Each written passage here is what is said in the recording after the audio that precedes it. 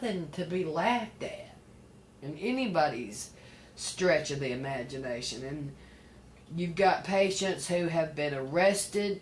These patients, they have a drug conviction. They cannot get food stamps, public housing, education loans. They can't get certain jobs. They can't even go to work at McDonald's at the drive-through window because they have a drug conviction and they're a patient trying to ease their suffering. But yet somebody could come in this house and beat me and Cathy both to a pulp and steal everything we've got and drive away in our vehicle, in my vehicle, and they could get all of those things in the name of rehabilitation. It just does not make sense. And if people don't start standing up and telling their legislators, we expect you to do what is morally right for these sick and suffering patients, and stop making them live in fear, and stop passing laws that cause these problems for them. Well, I'm really sick of it because they say that you have rights. But then once you get into a courtroom, it's all up to the judge. And if you don't have a compassionate judge, you're just in trouble. I know a lot of judges are uneducated in this matter. We have become so afraid of our children dying of overdoses that we are imprisoning them for marijuana. This is insane. I'm upset today because a young man that has MS is bringing about on court, and he not only has MS, he's going to go blind if he cannot use cannabis. Not only stuck in a wheelchair, but losing his vision. And they're going to make him go into rehab. That doesn't make any sense. I mean, we have to take a new, fresh look at the drug war. The drug war is not a war against just the common mall. It is against us. It is against sick people. It is, I've come to the conclusion, anyone that is near marijuana in my area, I would testify for them, only because my government will not give me the cannabis I need, so I must go buy from a drug dealer. So, where's your compassion in that?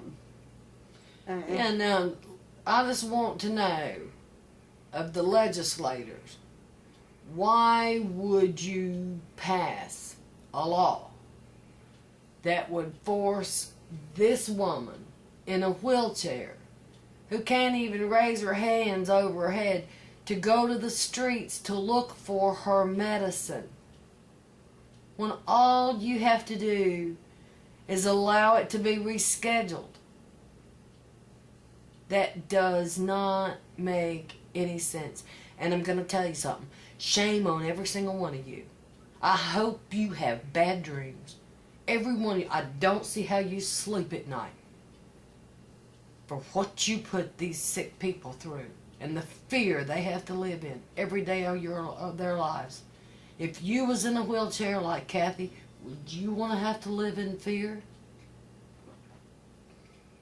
that somebody's going to come throw you out of your chair and arrest you and throw you in jail because you're trying to protect your brain and to live a life with quality? Especially when the quality is not costing you anything. I could actually grow my own medicine right out on my pool deck. That way I can watch the chemicals that are going into it. I know what's in it.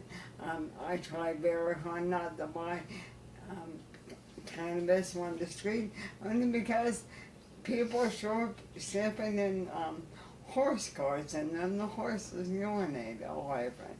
So this is what I try to explain to my doctors. The grade of medicine that I use is not the same is what is on the street. I'm not smoking what I don't know is in it, on it, or where it was going. Well, it makes sense. Everybody wants their quality, clean, safe medicine. And that's all we're asking for. So get busy. You know, you legislators out there, get busy. Change the law. You taxpayers out there, get busy. Call your legislator and tell them to change the law. You know, people are dying out here. And it's time for some common sense in America. Yes, I believe that the whole platform of this country was moving was for change. And the change was not to have our president laugh at people on the internet about smoking cannabis. Because once you're arrested as a young teenager for cannabis, of course, and I know this, but once you're arrested, you cannot get a college loan. So think of it this way. Your children and your grandchildren may be going to college with a rapist, a sex offender, a murderer, or whatever. But God only knows the guy next door will not be arrested for marijuana, because that is, if it says one on the application, if you have been arrested on a drug charge, go no further on this application. That is ridiculous. I mean, I'm tired of being laughed at by politicians or chuckled at because they don't understand. I'm tired of it. I'm tired of nowadays thinking I'm just a fluke. I'm not a fluke. I met other ALS patients that use cannabis, and the main problem is when they have to go in the hospital and they cannot no longer use it. Mm-hmm. And the only people that I've called everyone, the only people that assist me, when they come into the house, I tell them all the time, I use cannabis, it's in the house, and there is ever an arrest, I will tell them that you do not use it. Only because I have speech pathologists here. I have a guy that is arranging me for a new wheelchair, which that is one thing, thank God you finally have right in this country, patients being set up for wheelchairs, and they're actually measured for them since I've sat the last 6 years in the most uncomfortable chair I've ever sat in my life. And you need the smoke pipe to sit in this chair. Because it gets to your back and your neck and it's terrible. The whole thing is that this is over compassion. I've said all along, I spent 2 years on the phone trying to get someone to study cannabis in their brain. They actually do a study to find out if they could make a pharmaceutical form of cannabis that would help people with ALS. I never wanted to tell people with ALS. They just smoke pot. Now anyone that has ALS, I tell them, if you can still inhale a cigarette, then go to pot. Leave the cigarettes alone. Smoke as much cannabis as you can. It dries up your saliva, cough. I went to the University of Miami. The doctor almost followed the chair because I spit a piece of gum in a trash can across the room.